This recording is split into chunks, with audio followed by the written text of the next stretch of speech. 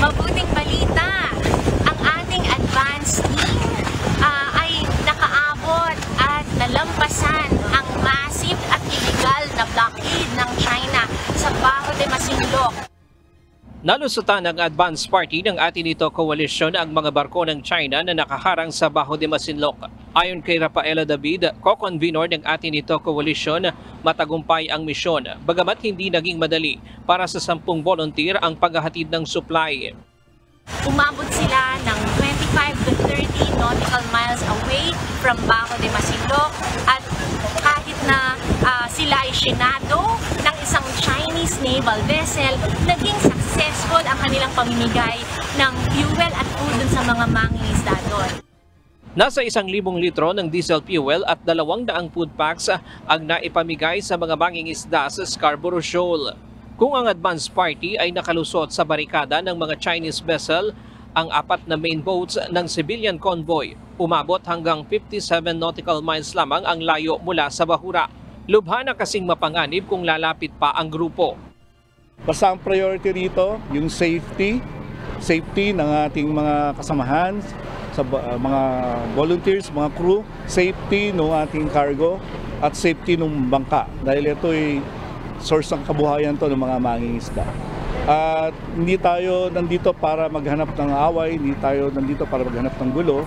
Nandito tayo para magsagawa ng pagtulong at i-enjoy lang natin yung ating karapatan dahil ang West Philippine Sea ay atin to. Kaya naman namahagi na lamang ng diesel at supply sa mga mangingisda na dinatnan ng convoy sa lugar. Kabilang sa mga nabigyan ng tulong si Mang Bonnie Dadusin. Mangingisda lamang sana siya sa Bajo de Masinloc pero hindi na ito nakapasok. Hinarangan na umano sila ng kumpulan ng mga Chinese vessel sa lugar. Pupunta sana po kami sa Scarborough, inarangan po kami sa Scarborough po, hindi pwede kami papasukin doon po. Ang dami po ng doon po, ng barko po. Bumabilang po, kaya nakapaligid na po sila eh. Ngayon ka lang nakakita ng ganong kadami? Apo. Nagawa naman ng grupo ang 3 pangunahing layunin ng misyon. Una, ang pagsasagawa ng regata, ang makapag-convoy o magparada sa sariling exclusive economic zone. Ikalawa, ang paglalagay ng symbolic marker. Sa layong 40 nautical miles mula sa Masinloc, Zambales, inihulog sa bahaging ito ng karagatan ang mga boyang ito. Tanda na ito ay bahagi ng exclusive economic zone ng ating bansa.